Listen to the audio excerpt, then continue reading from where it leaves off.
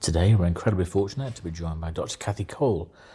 I first came across Cathy for her work at the Centre for Alternative Technology, where she specialises in science communication within the context of environmental and climate change. With a PhD in marine biogeochemistry from the University of Southampton, her research spanned oceanography, coral response to climate stresses, and the crucial task of translating scientific knowledge into meaningful public engagement and action. Dr. Cole has played pivotal roles, focusing her career on empowering communities to positively respond to the climate crisis. Cathy was also kind enough to be my supervisor when I did a master's at Centre for Alternative Technology recently, and I can highly recommend anybody will get a chance to work with her. Also, as an aside, Cathy also provides me with many of my meals. As a founder of Kitchen 1.5, she shares and promotes wonderfully tasty plant-based eating as a step towards sustainability. Dr. Cole's work demonstrates a deep commitment to using science, empathy, and communication to inspire personal and societal transformation. Well, hopefully you recognise yourself from the description. I've got nothing wrong.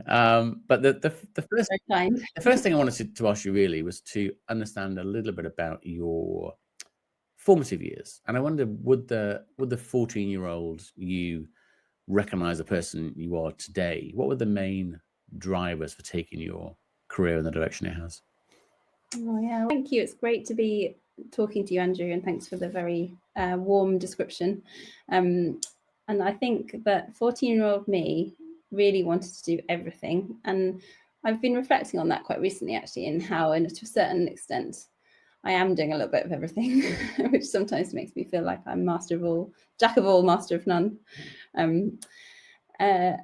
Because I was always interested in science and art and food and reading and stories, and I loved the ocean. I loved the sea as a child, so I sort of spent a lot of time by the sea growing up. Spent a lot of time reading, and I struggled a little bit at school with the feeling that you needed to be either a scientist or an artist, or you couldn't do both. And I ended up going down more of a science role. I absolutely loved it.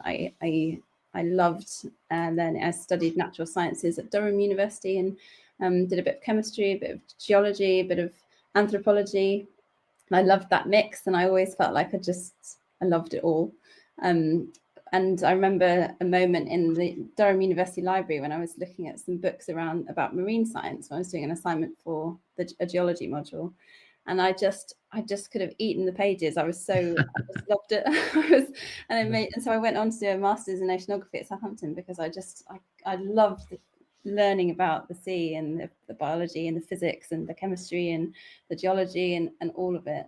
And that year when I was studying oceanography in Southampton, I felt like I had found my home. I loved it.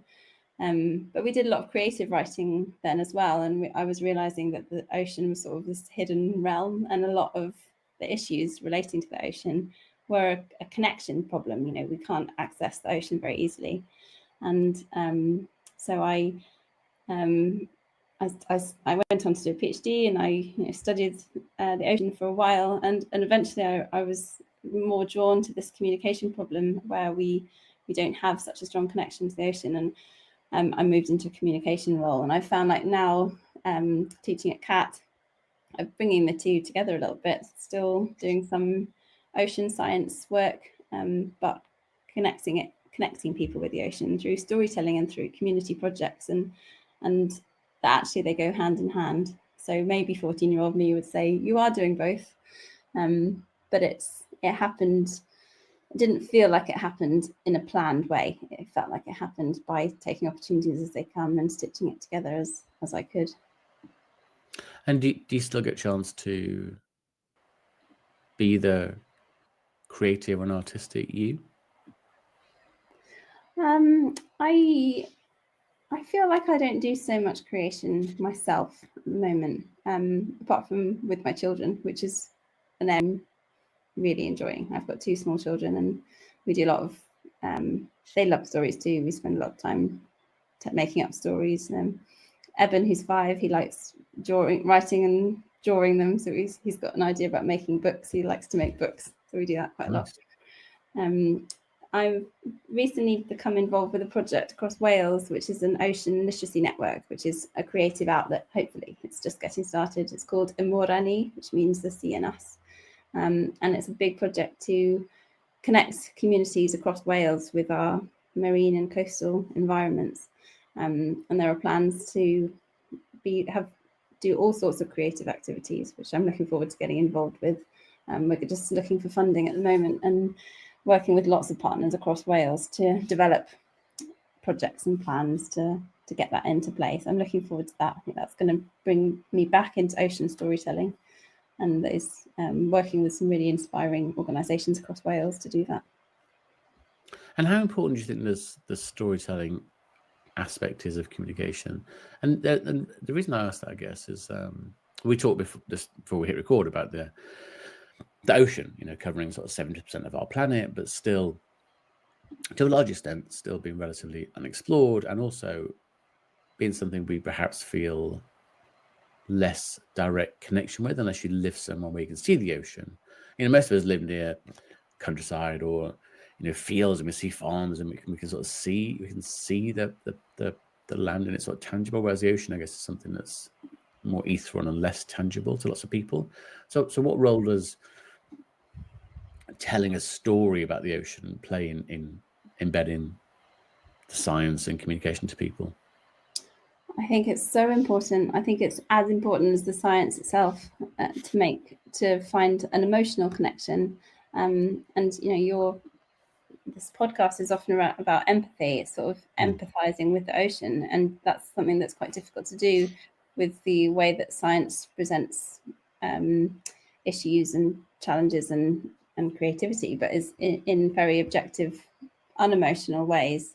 And when you tell a story about something, or you make something creative, you are inviting somebody to relate to that on a much more personal level. They can imagine themselves perhaps as a character, or perhaps they think about an experience they had as a child, or at any point in their life where they felt a sense of sort of being drawn into something, that which is very powerful. It's much more powerful than when at CAT we teach a lot about the science of communication, and how facts and figures and stats and things are all very well and shocking, and they make an impression on people and they tell a clear message. But a story that has a personal relatability is easier to remember and to recall. You can recall facts easily when they're delivered through a story. You engage with it much more deeply, and that depth of connection is really powerful, and it motivates. We know that it motivates people to do something about it. It's very difficult to do something about something if you don't care personally about it. If your children were in trouble, you would fight to make sure that whatever was threatening them you'd do something about it. If you have that strength of feeling for our natural world, then we wouldn't allow some of the things that go on to happen. And it's that sort of deep relatability that I think a story helps you to connect with so much more powerfully. And you can bring in all those important facts and statistics. It's not dumbing down the science, or it's not cherry picking data. It's distilling it in a really careful way to give it impact, so that you're telling somebody why it relates to them. And a really powerful way of doing that is actually to create stories together, not to be just telling somebody a story, but inviting them to create their own story, so they have so it's very tailored to them. That's an interesting thing that we see increasingly more and more about co-design and participatory approaches, bringing people in to be creators themselves and to say what's important to them, and that can be quite different for different individuals. That's what makes it interesting. It does. I mean, just thinking about, I think, the relationship different communities have with the sea and with the oceans, and there's been indigenous populations that have sort of survived from the ocean for centuries and centuries, and they've gone out in their dugout canoes, which haven't necessarily changed much in the last 100 years, and caught fish to feed the village, and as a vegan, and we're both vegans, that's not odd. I don't have an issue with that, people living in that way, but I think where there's a huge disconnect is where people really aren't aware of where the fish in the supermarket comes from, which sounds crazy, but of course it comes from the sea. It does, but just data from fishcount.org shows that 2 trillion wild fishes are caught every year. 2 trillion, 124 billion farm fishes are slaughtered each year, 4.4 billion shellfish. So I think one of the challenges, I think, is that for a lot of people, they're unaware of where fish comes from and what damage has been done to the ocean in terms of fishing. We tell ourselves that people are comfortable feeling that a pescatarian lifestyle where they eat fish but don't eat meat or sometimes don't eat dairy is a good thing. And I don't know, why do you think there is that almost that cognitive dissonance between land animals and sea creatures? Sorry, that's a massive question. But yeah, I'm just really curious because it's good. I turned vegan from being a full-on meat eater, fish eater, wasn't vegetarian or anything, just went straight to vegan. So I couldn't distinguish between the two. And yeah, I just wondered, just be great to get your thoughts. Yeah, it's a really, really good question. And I think there's a lot in there.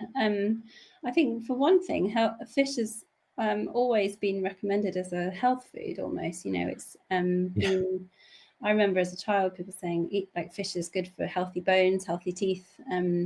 Oily fish, Oily fish, omega fatty acids and those sort of key nutrients that in a plant-based diet you have to be careful about making sure that you are accessing those, and you can have a completely healthy plant-based diet as long as you understand it and you plan carefully and you eat plenty of things like flax seeds and B12 supplements, those sort of things. I think I often get asked, aren't you, sort of questions that suggest that I'm depriving myself of key nutrients, and I struggle sometimes not to get a bit angry about it. And I think I know lots of people who eat meat diets who are not healthy at all. It's not.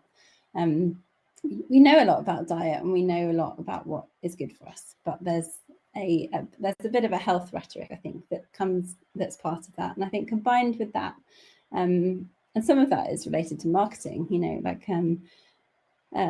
It's, as we know with milk, it's again another thing that's a health food full of calcium and sort of suggesting that children need them for healthy bones, whereas we can get all of those nutrients from plant sources really easily. And we're very lucky, living in the UK. I live in Wales. We have got good access to good food. We're very lucky in that sense. I feel like for me personally, I have the capability, living where I do, to eat a plant-based diet that is as local as possible, that's healthy, that's healthy for my children. I have that choice to make, so it seems logical for me to make it. Living in some parts of the world, that's not the same. But where I am, we have very high carbon footprints. Each person in the UK has a very high carbon footprint. It feels like we have a responsibility to do what we can to reduce that. But I think when it comes to eating seafood, there is, again, this disconnect between what happens at sea and what happens on land. So we can see farms with animals in fields, and people relate to fluffy lambs, and we have a disconnect there, of course, as well, when we think about farms being these like lovely little family businesses, and that isn't always true. But at sea, we don't see the impacts of fishing. We don't see the scale of the factory farmed fish that fills supermarket freezers. That if we knew exactly where everything came from, you could make really rational decisions about the impact. But because the way our food system is set up to make that process really opaque, it's very difficult for a consumer to make a decision about where fishes come from. And there's a lot of greenwashing that goes on there, with like long line fishing supposedly being better than trawling, but there's no warnings on the labels that show the impacts of seabirds and on dolphins and like large marine mammals from long line fishing. That we can't, unless you're fishing with your own rod or on a small boat, fishing has a major impact on the ocean. So for me personally, it's easier to avoid it completely because that information is not available to a consumer. But if you're fishing off a boat with your own rod, it's very different. The impacts there are much more individual on an individual fish rather than on a whole marine ecosystem. But I think it's that lack of connection. We just can't see. The sea is it's two-dimensional to us. We just see the surface, and it's beautiful, and we love spending time at the sea. But actually, what goes on in that 3D space is largely hidden from view. Yeah, I think people see it as almost a never-ending basket of food, really. But we've seen with cod and with lots of fish that we've eaten in the UK for a long time that there's challenges. Even fish are going to go out now and come back, and much smaller hauls. They have to go out further and further and sort of trawl deeper and deeper. And like you said, I think a lot of people don't necessarily think of what's the word for it? Almost the bycatch, the animals and creatures that are caught in the nets that nobody's ever going to eat them and just get thrown back into the sea, often dead. And that's one of the big challenges. So do you think that the focus of COP and people when they talk about climate, etc., do you think there's anywhere near enough focus on the ocean? I think that's changing slowly, and listeners may have heard of the United Nations Ocean Decade or not, but that began in 2021.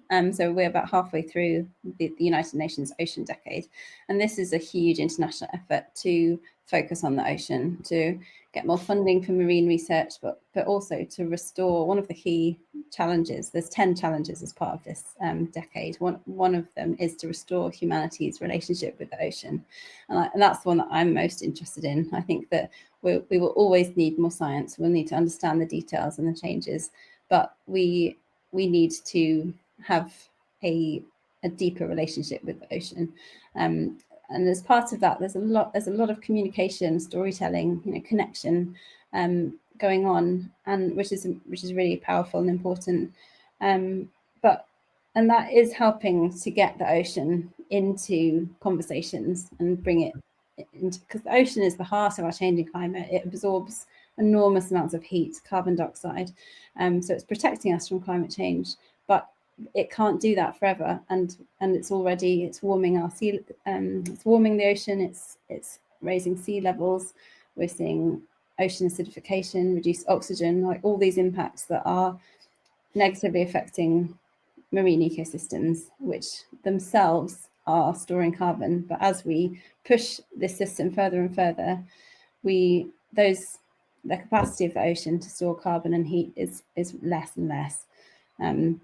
So bottom trawling, which is disturbing these crucial seabed habitats, and disturbing carbon that's been locked away in sediments, it's being released to the atmosphere. So the fishing industry has a huge impact on the ocean's ability to store carbon, putting it back into the atmosphere, and that all goes unnoticed. But there's increased awareness, I think, now. It has been part of COP discussions for a number of years now, but it wasn't central to the conversation until fairly recently, 5 years or so, and that seems quite surprising to me, that it has such huge potential. It's an ally in climate change, and if we protect our seabed habitats by being very careful about our impacts on the coastlines and through fishing practices, then the ocean's on our side, and it can buffer the impacts of climate change, and it helps us in that regard. So it needs to be at the center of discussions. I think we've still got a long way to go in that. That's one of my favorite things to teach at CAT, when we have students coming and studying the ecology program, to talk about all the things the ocean does for us. And it's often a bit of a surprise, or it's things that students are less aware of. And these are people who are very clued up environmentally. So the ocean is this like separate enigma almost. Yeah. Hey, are you still hopeful? So there still seems that you were in the beginning. Are you still hopeful or positive about the role that the different COP elements have? And there's this reason for asking the question is that I know last year COP failed to reach an agreement on sort of the global stock take and a pledge to transition away from fossil fuels, pushing the decision to Brazil, etc. Do you feel that the big COP 29 is a big COP 30? Is it whether they're in, oil dominated countries now? Do you still think they have a role to play, or have they become too commercialized, I guess is the word? Yeah, it's an important question, and it's important to look at COP. It's a tricky one because I attended a COP a number of years ago while I was working at the Met Office, and I was really shocked at the scale of it. It felt like a festival more than a serious meeting to discuss climate change. Like there's all these events and all these hundreds of people from hundreds of countries, and I found it quite difficult to engage with it that time, because I thought this is nuts. We're all here having a good time. We're not here discussing an emergency situation. But at the same time, it's sort of the best we've got at the moment in trying to find an international agreement. Bringing all those different countries with all these different priorities together is really difficult, and it has to be an agreement. We can't make decisions and expect other countries to go along with them if they're not in the room. So we need them in the room, and it's one of the most challenging things to try to reach an agreement. And I don't think that we should stop trying, but I do think that the COP process needs to almost be scaled back and it needs to be a small number of representatives who are there to make very serious decisions that are cooperative and collaborative and listening and flexible. And I think having this sort of festival element of it is inappropriate. A lot of that is purposefully bringing in culture and story and impacts and human connection. So in a way, I'm suggesting we take the story out of it. I'm not really saying that. It needs to be done differently so that there's a place for that, and it might not be that all those people arrive at the same place involving multiple flights and all of these impacts, huge conference spaces and food requirements and all of that. There are other ways of doing that without having such an impact, but those key decision makers need to be making progress every year at pace, and it seems like that side of it is, well, of course it's too slow, and there's we are in a crisis situation, but it feels like the best we've got at the moment. I think supporting that needs to be all these voices that push for change, and I do feel hopeful in a way that we have to actively work on hope and believe that we can get to a place where we are doing better. And it can be a real challenge, especially when you read the news and it's very sort of swamped by depressing stories about inaction. But we have to have a goal that we're moving towards. Otherwise, it's we just have to do the next right thing all the time. Definitely. It's very difficult to continue. And I think one of the challenges with the COP, like I say, it's become this almost festival type thing. And I think in Dubai there were 2,500 lobbyists attended. I think in Baku last year there were more fossil fuel lobbyists attended than delegates from the top 10 most climate vulnerable countries. So I think, well, that doesn't feel quite right. And this is one of the big things I always come back to with this, is about empathy, really. Because ultimately, if you're a delegate from a very highly developed nation, what you're being asked to do is to show empathy for people in very vulnerable situations. And so you're taking actions in your country to a certain extent that don't, to your mind, directly impact your people, but have an impact on the planet.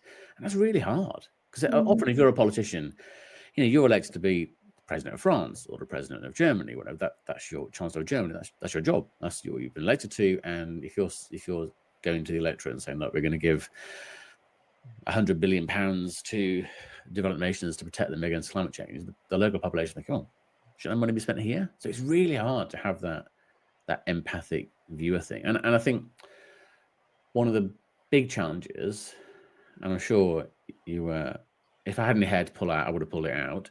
When I think you saw President Trump at the UN recently, first of all, extraordinary speech in many ways, going from 15 minutes to an hour and 15 minutes, couldn't get the escalator, prompt wouldn't work, whatever.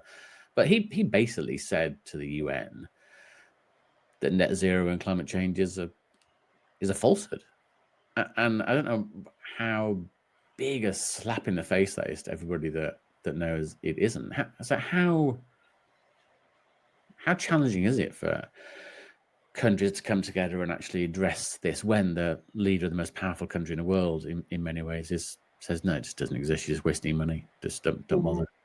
Oh, it's hugely challenging. You know, I find it deeply personally upsetting, and know a lot of people who feel that, and you know, very real concerns that with potential political changes underway in the UK, we could find ourselves in a similar situation with environmental organisations being slashed funding and funding being removed for science that we desperately need. Yeah. And I think to a certain extent, I try to bury my head in the sand a little bit sometimes and think there are, like, this is happening and it's very serious. But there's, when you have somebody in a position of power like that with huge global audience, they have, my take on it is they have the microphone at the moment, but that won't always be the case. And we need very dedicated, sensible people on the ground continuing to do the amazing projects that they're doing. Like living in Wales, I love to surround myself by all the like RSPB rewilding projects. There's loads of places where you can go and you can see somewhere that a decade ago or more was a ruin, was devoid of life, was a scar on the landscape. The Centre for Alternative Technology itself 50 years ago was a disused slate quarry. Today it's brimming with life. It's a beautiful native forest that's home to loads of really important species, and it stores water better. It's sort of cool in summer because of the tree coverage. You know, it's a really amazing functioning ecosystem, and there's lots of pockets of things like that all around where I live in Wales that shows me that people working on the ground because they care about something can make change happen. It doesn't matter what's going on globally. It's, of course, it's a setback to those global discussions on climate change and to international progress. But those things flip fairly quickly on a political scale. It may be that in 5 years' time, I would hope that in 5 years' time, we have sensible people in power and working, we're rebuilding all of those, that groundwork that's been done, and it can happen at scale again. My hope comes from seeing people who are passionate, who are continuing to do that good work and making important differences locally, improving biodiversity, and those big decisions around carbon emissions, international carbon emissions, with that same level of passion and dedication and knowledge that the majority of individual people in society have, that will flare up again and influence policy at some point in the future when it's able to. So I think we can't stop doing what we're doing, because then it goes away and those flames are quashed. But if we have those embers burning, you know, they'll flare up again. And I do believe that. It may seem like a naive view, but that's what keeps me working on what I'm doing, and not just going and, you know, doing something. I occasionally feel like throwing it all in because there's no point when you look at global politics. But the reason that I don't do that is because I think change will be possible at some point. We just need to wait it out to a certain extent. That was a great answer. No, and I completely agree that, yes, whilst it's frustrating that globally, you know, countries don't just, that sounds stupid, just do it, bloody hell, just do it, don't just do that. I think it actually has no impact on what I can and should be doing. And there's a couple of examples near here. So there's a place near here that was an old glassworks. It was abandoned for many years, and it was a sort of small factory, and the earth had been sort of scorched and sort of ruined, whatever. And only 3 years ago, they took it back into public hands, and they decided to open a community art space. So the building was fairly tenable. So they got the building into shape. There's like a free trade. Anyway, there's a lovely cafe there, and there's a sort of art space and etc. But they literally almost left their gardens and grounds to sort of come back with a bit of sort of nudging here, there, and everywhere. And now you go there, and there's insect hotels, and there's beehives, and there's wildflowers, and it just is a completely different. That's 3 years ago. And then this sounds a tiny example. So we bought this house we're living in now 2 years ago, and people before us were lovely, but they basically paved over the whole garden and turned the garden into a sort of outdoor room entertainment space. So we took all that up and just, again, sort of just threw wildflower seeds and wild grass and things there. Now you go outside, and yes, it's not the neatest in the world, but we see butterflies and the bees, and we had sort of wild tomatoes growing this year, which was so tasty, and never buy supermarket tomatoes again. And just random things literally in our garden from like 2 years ago, from being this paved over slab to now being this messy, lovely, enjoyable space, really. So individually we can do so much. And I think, looking at what's happening globally and thinking, oh gosh, well, there's just no point. If globally we can't fix it, what can I do? That's where I think this is one area where we really can do so much. Nature doesn't need much. It just needs a bit of help in the right direction.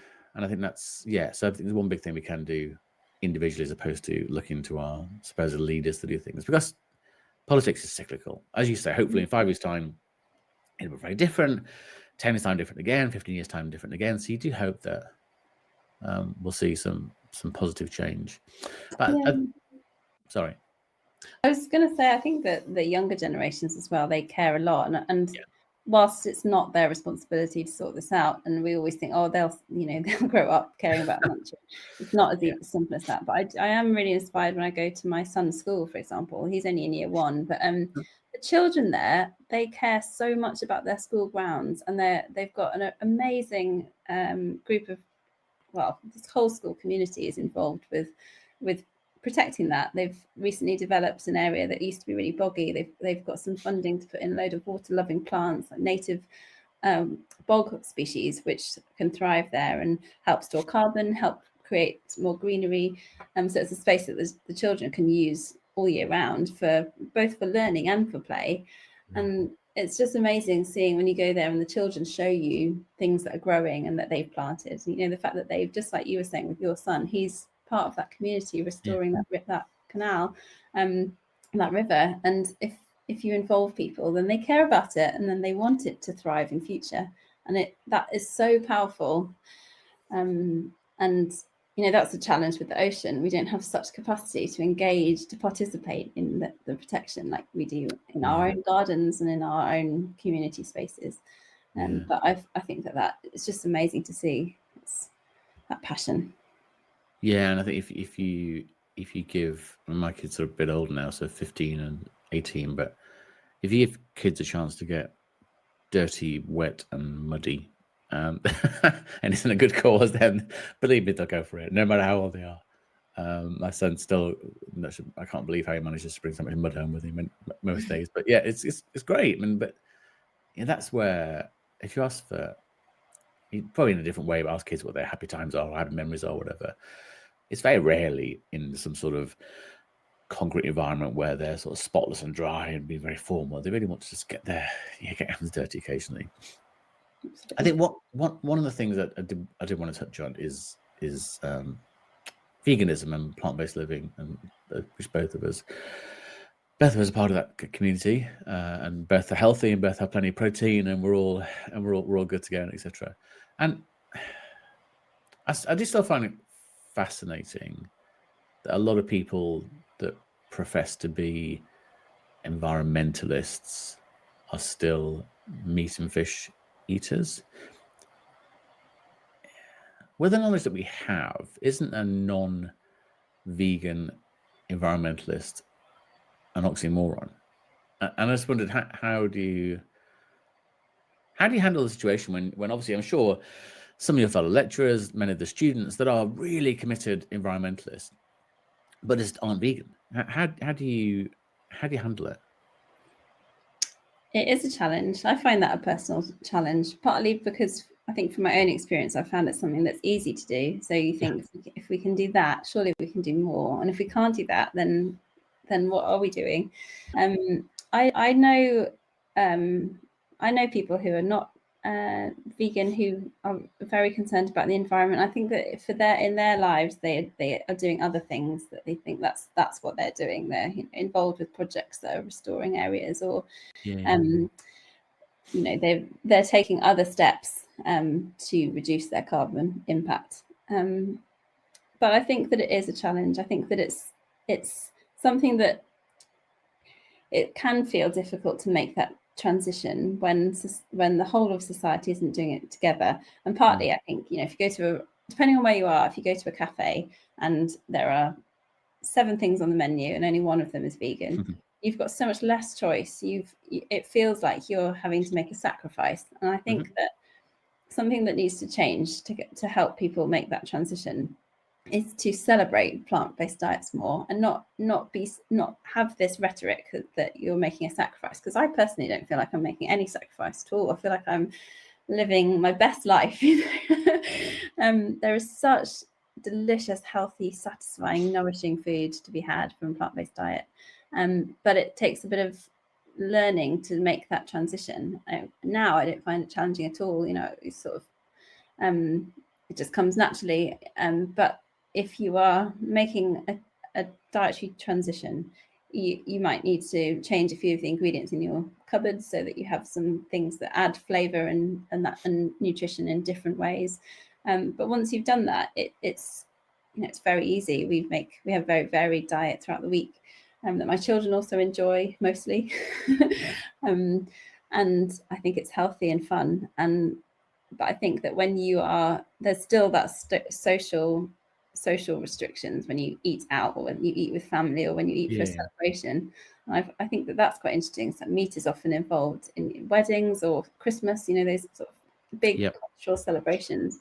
But when I think about Christmas, I think about the flavors of cinnamon and orange zest and grated nutmeg, and like those beautiful scents that give you that childish sensation of excitement around Christmas. I don't think of meat, and you can flavor any plant-based protein or meal with those things, and it feels Christmassy, and you can make a celebratory centerpiece, and it's exciting. So I think it's the social pressure and the social restrictions that mean that it's not so easy.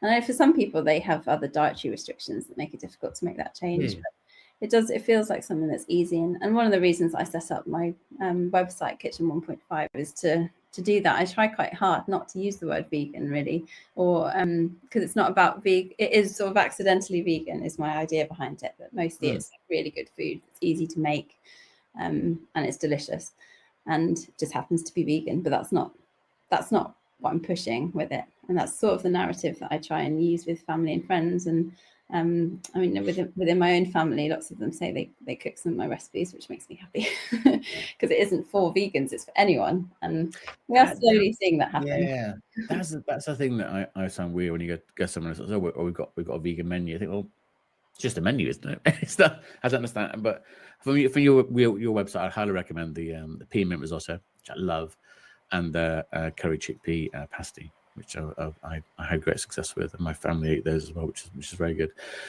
But no, I agree, but it is something. I've been vegan now for, how must it be? Maybe 14 years, and it's certainly so much easier than it was even then. I said to you before, I was in Wales at the weekend, and I was in Abergavenny waiting for my son to finish his Duke of Edinburgh thing. I thought, oh, am I even going to be able to get a coffee here? And I went on this corner, and there was a little place. It was, I can't think what it's called. It's called something like Green Refill, and it's sort of place you go to and you take your washing up bottle and fill it full of liquid or whatever. And they had this amazing vegan menu. So I went in there for coffee, ended up having breakfast, and then went back 2 hours later for lunch, and it was just so fabulous. I thought it was, Abergavenny, I'm sure it's a lovely, but it's not a massive town really. It's not London. So I thought, yeah, everywhere you go to now has a plant-based milk and there's a plant-based thing. And I like to say, yes, still when I went out to a restaurant with my wife last week and her family for a birthday, there was still sort of one vegan option on the menu. So, and I sort of said to them, do you mind making maybe just sort of tomato baked pasta or something? And they made it, which is fine. But yeah, we're just having a few more options there. I think if people in restaurants, bars, cafes, whatever, weren't thinking of, right, what vegan options can we add, and thought more about what can we have to make the menu just generally more inclusive. Because again, it's not like vegan option in sort of bold fashion, like, well, that's just something everybody can eat, as opposed to I can't eat or won't eat the lamb cutlets or the beef Wellington, whatever. But having, and that's I think more where we need to get to. Yeah, I agree. And I have to say, I've struggled more and more in recent years being around people at a table who are eating meat, and it can be quite a barrier to friendship sometimes. To, when you're having conversations about the reasons maybe that you've chosen to not eat meat, and it's not a personal thing; it's a global. I'm choosing not to eat meat because of the damage that it causes to our natural world. So watching someone else eat it in front of you feels quite offensive, and that's something I'm struggling with a little bit with relationships in my life. That to sort of witness that when you've had especially when you've had a conversation about my reasons for making that transition.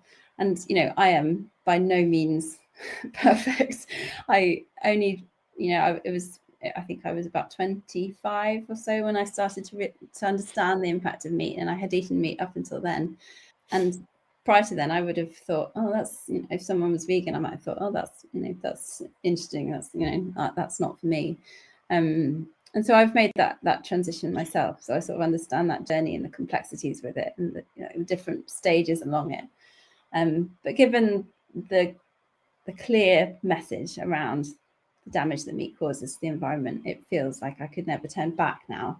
And having these really engaged conversations with people who are understanding and agreeing with you, and then not choosing that feels hard. That's something that I think that I am struggling with a little bit at the moment. Yeah. I think some people can feel quite or come across as quite defensive about their choices, and it's almost like your choice to be vegan or my choice to be vegan is somehow criticizing them.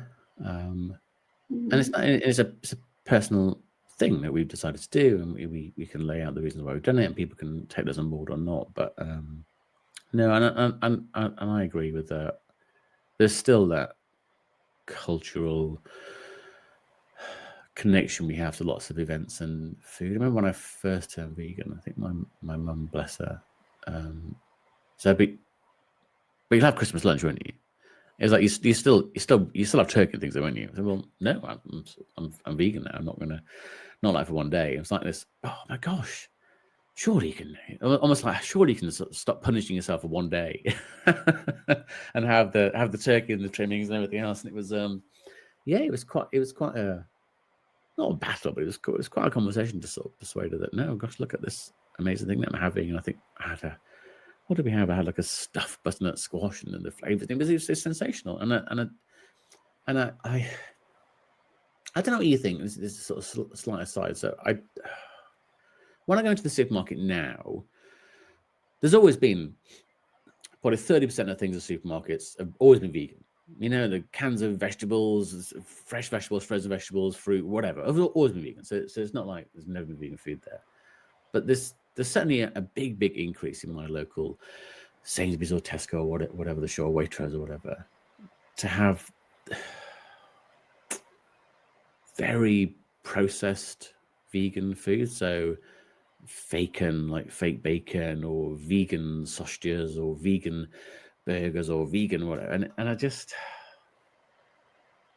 I'm sort of thinking out loud as I'm saying that. So I don't know whether I think, okay, that's good to help people transition from eating, I can never give up cheese, never give up bacon, never give up pies, whatever, to having that option for them. And the other side of me thinks, oh gosh, that's almost the worst of vegan diets. It's so, you look on the back of it and I don't recognize the names of the ingredients that are in it. And you sort of think, perhaps falsely, that a vegan diet is automatically going to be much, much healthier. And you can have a very unhealthy vegan diet. And I just wonder, good or bad, those sort of fake vegan foods? I think overall, I don't think they're helpful. I think that for a meat eater, they don't taste as good as meat, and so No. they are a lesser version. So it's it comes back to this idea of sacrifice. And they're like, oh, I'll eat that because it's sort of almost as good, but it isn't as good. And there are some versions of those that are better than others, like with anything. But mostly, I think that they're trying to be something that they're not, and so they seem an odd thing to me. Like, you either want to eat meat or you don't. So if you don't want to eat meat, you don't want to eat a pretend meat. And I hate when the vegan option in a restaurant is a processed plant-based alternative to meat. I would much rather have some real food made out of pulses and beans and vegetables and something with all those natural flavors. And I think that it's getting the skills and the restaurant menus to have those options to make real food that is cheaper, it's healthier, it's not processed, and it is so much tastier at the end of the day. You know what you've eaten. You've eaten however many numbers of vegetables. You know that it's got protein in it, and you are experiencing the flavors of something that's real rather than something that's trying to be something else. So overall, I don't think that they really work. I'd love to hear from people who have made a transition from meat through those plant-based alternatives and have enjoyed that process. I think most of them are going, oh, then they're not as good, are they? Equally, I love cooking for my parents-in-law at home, they eat less meat than they used to, but they're always surprised by how good it is. And I think, yes, this is good. This is absolutely. And that's so weird, isn't it? That sort of shock that it tastes quite nice. Yeah. I don't know. I know you've had it when I've been to sort of friends and I've started saying to them, I bring my own things now, which is no hardship. But when I've been to friends and say, oh, we found this in the supermarket, and they'll pull out a fake pork chop or whatever that they bought. Well, I feel really bad because you've obviously spent too much money on it because it's very expensive and it's a fake processed. Goodness knows what's in it. So yes, you bought me some vegan food, but yeah, and I think they're doing the right thing by getting something as close to the thing they're having. We're having pork. So you can have pork as well. That's literally the worst thing. Is I don't want to. You've all eaten it. Okay, that's whatever. But yeah, for me to have to eat something that's a poor approximation of what you're eating almost seems to be an odd thing for people to do. They think they're doing the right thing, but sometimes it's better to sort of say, look, I'll just bring my own thing that's warming up. Yeah, that's a really important point, because I've been in that situation where they've sort of offered you this thing that they know is a poor alternative. It's a poor alternative, but then you sort of trying to be polite still and saying, oh, yeah, no, it was really good. And it almost really emphasizes that sacrifice, doesn't it? They think, oh, well, they're happy with it. Maybe they don't enjoy food as much as I do. Vegans love food just as much as anyone. They want flavor and they want health and all the things that food makes us feel good about. So I think that's the most important thing. It has to be fun, and it must be. It isn't a sacrifice, and it doesn't seem to. It only feels a sacrifice to me when I'm in a situation like that with people cooking for me very kindly, but without that knowledge and that experience themselves. And I think it's quite an easy transition, really. Yeah, I agree. I've taken up a lot of your time, so 2 more quick questions because you've been kind enough to agree to come back. I'm sure you agreed to that in the beginning. First, one is sometimes what you do and what you experience, it can be positive days, like I say, it can be negative days where you're feeling a bit overwhelmed by everything, and it can be frustrating and can be tiring. So I just wonder, what do you do personally to nourish your own mental and physical well-being? How do you keep showing up as the best version of yourself? Yeah, it's a very important question. And for me, I go outside. I try and go for a run or for a sea swim. That's my happy place. That's how I reset. And even if it's only for 20 minutes or literally a dip in the sea, in and out, I come out a different person and I have more energy. So it's being outside, but being active outside. Yeah. And then my final question, and I read at a preview of the answer to this. There's going to be, so what does the next year or two look like for you? What's happening in your life for the next couple of years? Oh yeah, well, so who knows? So I've been lucky enough to be working at CAT for about 3.5 years now, and I'm in January I'm going to be taking up a new role with Natural Resources Wales, working in a team advising offshore development from a sort of marine perspective, trying to preserve, enhance, protect, improve the marine environment at the same time as helping the UK to decarbonise. So I'm really excited by that role.